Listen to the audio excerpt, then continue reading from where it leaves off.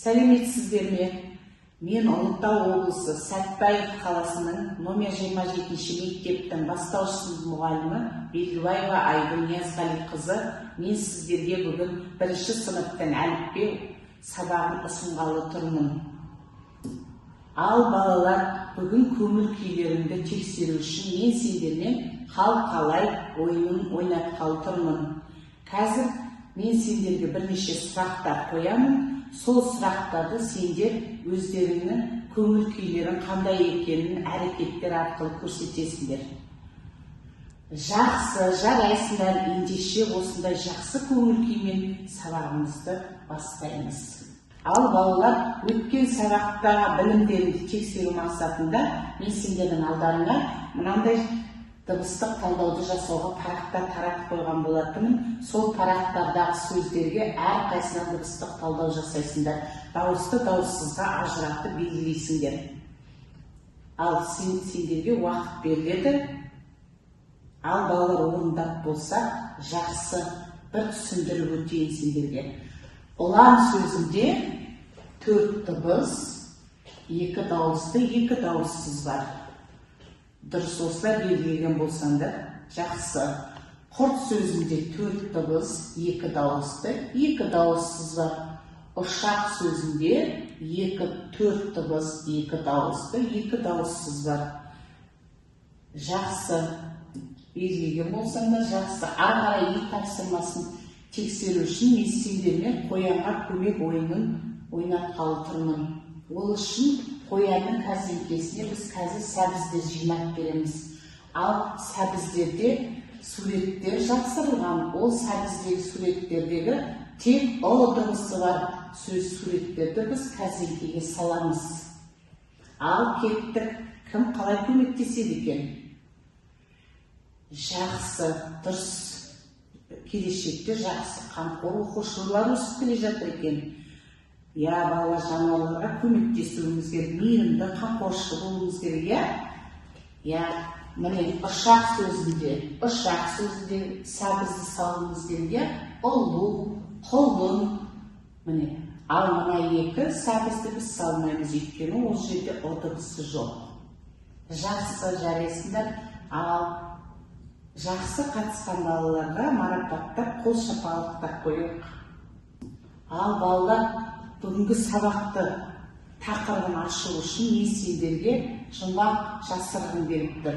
Жұмбағы мынандай: қызықтыр әркімдақ суда жүзер жалтылдап, Б әрпінен басталған сол жүзгіштің атын тап.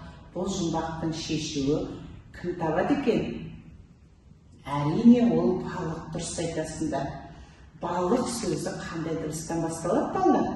Б дыбысынан. Дұрыс айтасыңдар. Ендеше бүгін балалар Б дыбысымен әрпін өтеміз. Ал бүгінгі сабағымыздың мақсаты мынандай балалар: дыбыстың таңбасы, әріпті тану, дыбыс пен әріпті бір-бірінен ажырату, оқу түрлерін, оның ішінде буындап оқу, тұтас оқу, мәнерлеп оқу, түсініп оқу, қолдану. Сонымен қатар сюжетті сурет арқылы шағын әңгіме құрастырамыз. Ал мына суретке назарыңызды аударайық балалар. Бұл суретте қазір сендерге сұрақ қоямыз. Сол сұрақтар арқылы сендер әңгіме құрастырасыңдар. Дұрыс, жарайсыңдар, жақсы құрастырыңдар балалар. Енді осы жерде Б дыбысынан басталып тұрған төлдер бар екен. Ол дұрыс айтасыңдар, ол бұзау мен әрине бота. Осы жердегі бота сөзін алайық. Осы бота сөзінде неше дыбыс бар? 4 дыбыс бар. Дұрыс айтасыңдар. 2 дауысты, 2 дауыссыз дыбыс. Ал бота сөзін буынға бөлеміз. Бота, дұрыс, жақсы бөліп отырсыңдар. 2 буын бар. Енді кітабымызды, оқулығымызды ашайық та, осы Б дыбысына байланысты сөздерді оқып шығайық. Бал, бала, баба, бата, бота, бола, арба, дорба. Осы сөздердің барлығында қандай дыбыстар кездеседі балалар? Дұрыс айтасыңдар, Б дыбыстары. Б дыбыстар сөздің басында, ортасында, аяғында кездеседі екен, иә. Енді мына астындағы өлеңге назар аударайық. Бата берер атам бар, нар болатын ботам бар. Бата беретін кім ол бізге балалар? Әрине үлкен кісі ата бата береді. Нар деп отырған балалар ол түйенің бір түрін айтады, нар деп, бір өркешті түйені нар деп айтады. Нардың түрін бота дейміз. Жақсы, енді бала шаршап кетсек, сергіту сәтін жасап жүрейік кәне. Бақа-бақа балпақ өлеңіне қимылдар жасап, сергіту сәтін жасаймыз. Ал жақсы балалар, жақсы демалып қалсақ, ары қарай дәптерімізді ашайық. Дәптерімізге Б әрпінің таңбасын жазуды үйренеміз. Ол үшін әуелі біз ауаға жазып үйренеміз, сосын тақтаға, сосын жазу дәптерімізге Б әрпінің жазылуын әдемілеп жазатын боламыз. Балалар жақсы жазып болса, енді біз сабағымызды бекітейік. Ол үшін мықты шабандоз ойынын ойнатқым келіп тұр. Бұл жерде ойын, мына жерде жылқы малы берген. Жылқы малында буын жазылған, ба буыны. Ал мына жерде ашық тұр. Осы ашық тұрған жерде біз мына жердегі тұрған буындарды басып арқылы мәлеге жетеміз.